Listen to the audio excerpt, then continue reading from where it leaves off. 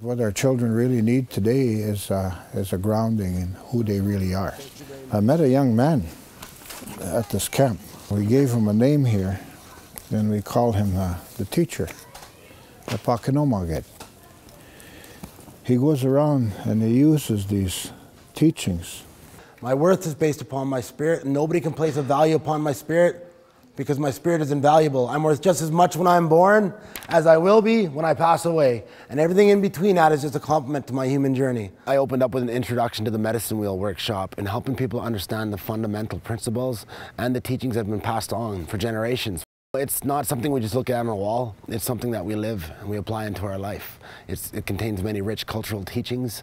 It contains a lot of stories and lessons that we can pass on to our children, and that a lot of us as caregivers and elders can still continue to learn. 1, 2, 3. You mix in a little bit of magic with the stuff that you teach, and it engages the kids and the youth, and the people here just love it. We're always connected, you guys. Remember that.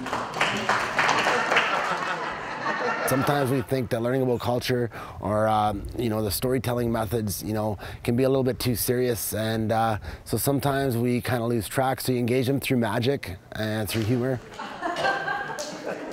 He's a real good teacher. It's a lot of fun to be with. He's young and he has his own way of teaching. And it's very important that the kids get to know that too. He said we're all the same, no matter what clan we're from, what area we're from, what gender we are. We're all people. Underneath skin, we're all the same.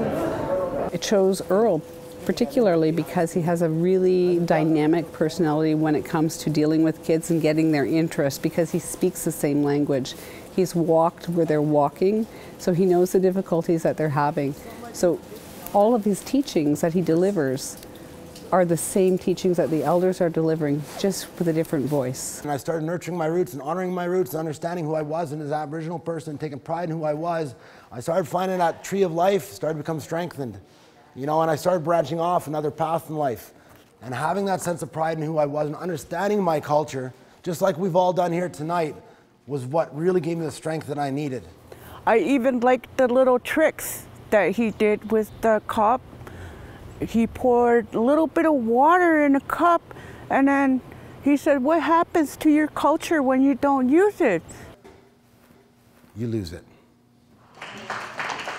What stood out for me at the camp so far this week is the teaching of the medicine wheel. I was never ever taught that in my school where I come from. It was very interesting because it was my whole family was involved with it. That was a great experience. I know the kids really enjoyed it, and a lot of grown-ups too. Something well learned. When he did the medicine wheel teaching using the rocks and setting them up in locations that they were and talking about that part of the teaching of the medicine wheel, I think that was really great. And to involve the kids and the adults in putting the rocks in that location was great as well. It teaches them in a meaningful way where the 4 directions are, that kind of thing. So it was really great. I really enjoyed listening to him. These teachings have been passed on from one generation to the next. And these teachings are about all-inclusiveness, they're about cultural diversity. They're about helping us to understand that we all come from the same great spirit, the same creator, the same God, the same Allah, the same Buddha, the same Jesus. The same source that created all that is today. And the web of life says that it's a creative thread of energy that's interwoven through each and everything that exists. So all that exists is a part of us and we are a part of it. Creatures that swim, that slide, that crawl, that walk, that fly. We need to keep culture alive. We need to keep it alive and allow it to thrive in our homes, in our hearts, and in the community. And this is a good way of being able to do that.